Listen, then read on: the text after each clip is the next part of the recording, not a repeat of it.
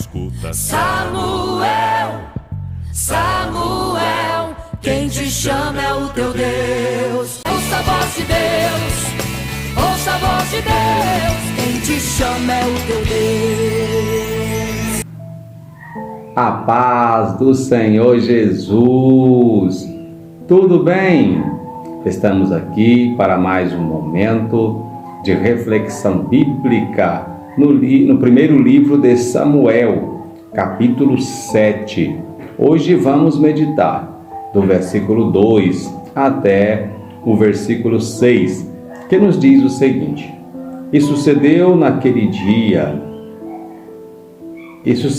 que, desde aquele dia, a arca ficou em Quiriate-Jearim. E tantos dias se passaram, que chegou até 20 anos, e lamentava toda a casa de Israel após o Senhor. Então falou Samuel a toda a casa de Israel, dizendo: Se com todo o vosso coração vos converterdes ao Senhor, tirai dentre vós os deuses estranhos e os astarotes, e preparai o vosso coração ao Senhor, e servi ao Senhor, e ele vos tirará da mão dos filisteus. Então os filhos de Israel tiraram dentre si os Baalins e os astarotes, e serviram só ao Senhor. Disse mais Samuel: Congregai todo Israel em Mispa, e orarei por vós ao Senhor. E congregaram-se em Mispa, e tiraram água, e derramaram perante o Senhor, e jejuaram aquele dia, e disseram ali: Pecamos contra o Senhor. E julgava Samuel os filhos de Israel em Mispa. Louvado seja o nome do Senhor.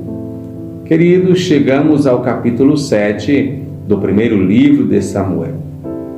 Neste capítulo, nós temos o resultado do retorno da arca para o povo de Israel.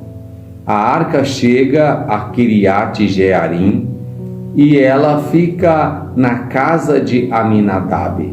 A Bíblia diz que chegam-se tantos dias que passa-se 20 anos que a arca está ali na casa de Aminadab. E durante todo este período, o povo de Israel viviam assolados sob o jugo do povo filisteu, e eles clamavam ao Senhor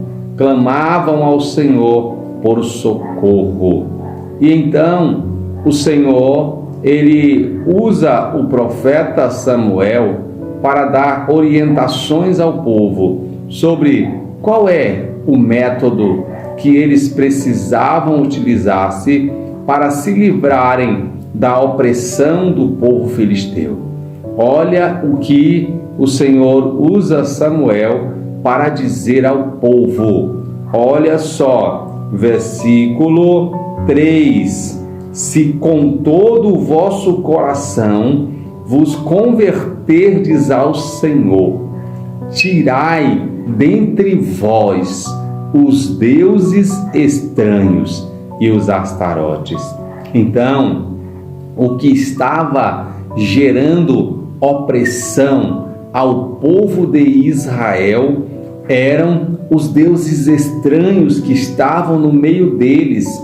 O que estava gerando aquela situação de desconforto era o fato de eles terem abandonado o Senhor, de terem deixado de servir ao Senhor.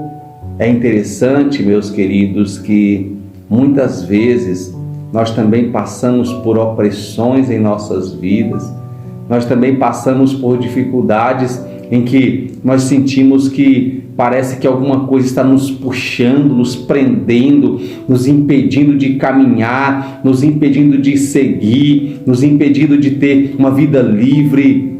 Talvez pode ser que há algum Deus estranho no meio de nós.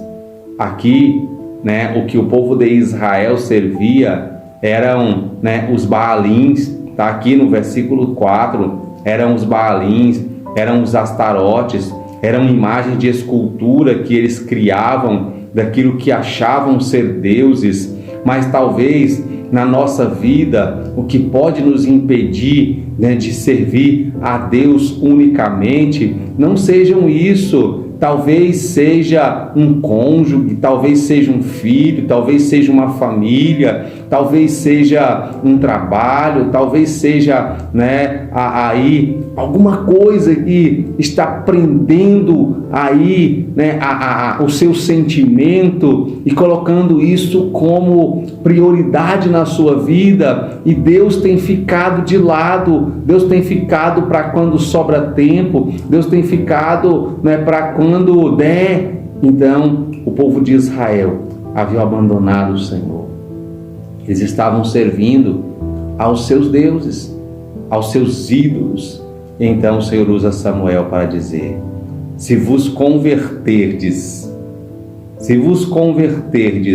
de todo o vosso coração ao Senhor, tirai os ídolos, tirai os vossos deuses estranhos, tirai, e então a mão do Senhor livrará vocês da mão dos filisteus. Ei, quer ser livre? Quer ser livre? Sirva ao Senhor com integridade.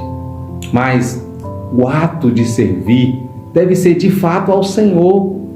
Às vezes a gente fica enganando a nós mesmos. A gente tem talvez um líder espiritual, como era Samuel para o povo de Israel. E o nosso líder espiritual fala para nós assim: olha, você precisa orar, você precisa jejuar, você precisa consagrar a sua vida. Você diz: tá bom, eu vou fazer isso, e nunca faz. Você não está prejudicando o seu líder espiritual, você está prejudicando a sua própria vida. Olha o que aconteceu aqui no texto. A Bíblia diz que, versículo 4, então os filhos de Israel, eles tiraram os deuses estranhos que estavam entre si, tiraram os Baalins, os Astarotes, e serviram ao Senhor. E mais, olha o que aconteceu: e congregaram-se em Mispa, tiraram água e derramaram perante o Senhor uma oferta de sacrifício, fizeram uma oferta ao Senhor. Olha que interessante, tiraram água e ofereceram ao Senhor. A água simboliza limpeza, lavagem. Então eles fizeram uma limpeza, fizeram então esse sacrifício, derramaram água perante o Senhor como uma forma simbólica de representar que estavam sendo lavados de toda a imundícia de quando não serviam ao Senhor. E mais, jejuaram aquele dia. Veja que para nós servirmos a Deus, nós temos que fazer atos que tragam resultado espiritual na nossa vida. Eles jejuaram ao Senhor. Então o jejum é um dos recursos que Deus deixa para que nós possamos estar aptos a nos apresentar diante do Senhor, porque o jejum ele vai nos fazer enfraquecer a nossa carne e vai nos fazer tornar mais sensíveis à voz do Espírito de Deus. O nosso jejum, ele não nos salva. O nosso jejum, ele não nos santifica. Quem nos santifica é o Senhor. Quem nos salva é o Senhor. Mas ele nos torna sensíveis à voz de Deus. Quanto tempo você não ouve a voz de Deus? Quanto tempo você não o escuta? Aí você tem que refletir consigo mesmo. Quanto tempo eu não separo para tirar um tempo para a minha vida espiritual? Para jejuar, para orar, para buscar a palavra de Deus, para buscar o conhecimento do Senhor. É isso que vai fazer a diferença nas nossas vidas. E aí você vai ter um resultado espiritual no apoio que talvez o seu líder possa dar. Porque Samuel disse ao povo, no versículo 5, e disse mais Samuel: congregai todo Israel em Mispa e orarei por vós ao Senhor. Então, Samuel iria orar ao Senhor, conforme nós vamos ver que de fato ele orou ao Senhor a partir do versículo 7 e o Senhor deu livramento. Eles derrotaram os filisteus foram vencidos depois que o líder orou, mas antes houve um conserto. Para que a oração do seu líder tenha valor na sua vida, é necessário que você esteja consertado diante do Senhor. Pois se o seu líder orar, mas a sua vida não estiver de acordo com aquilo que seja agradável diante do Senhor, ele não vai obter resposta. Amém? Que o Senhor possa lhe incentivar e me incentivar a termos uma vida, santificada diante dele, para que todas as vezes que necessitarmos, nós clamarmos a ele e ele ter prazer em nos atender. Deus abençoe você, Deus abençoe a sua casa, a sua família, e que em nome do Senhor Jesus, você sinta no seu coração um desejo de servir ao Senhor com um coração consertado, de verdade, transformado pelo poder de Deus. Obrigado pela sua companhia e continue conosco. Até a próxima reflexão.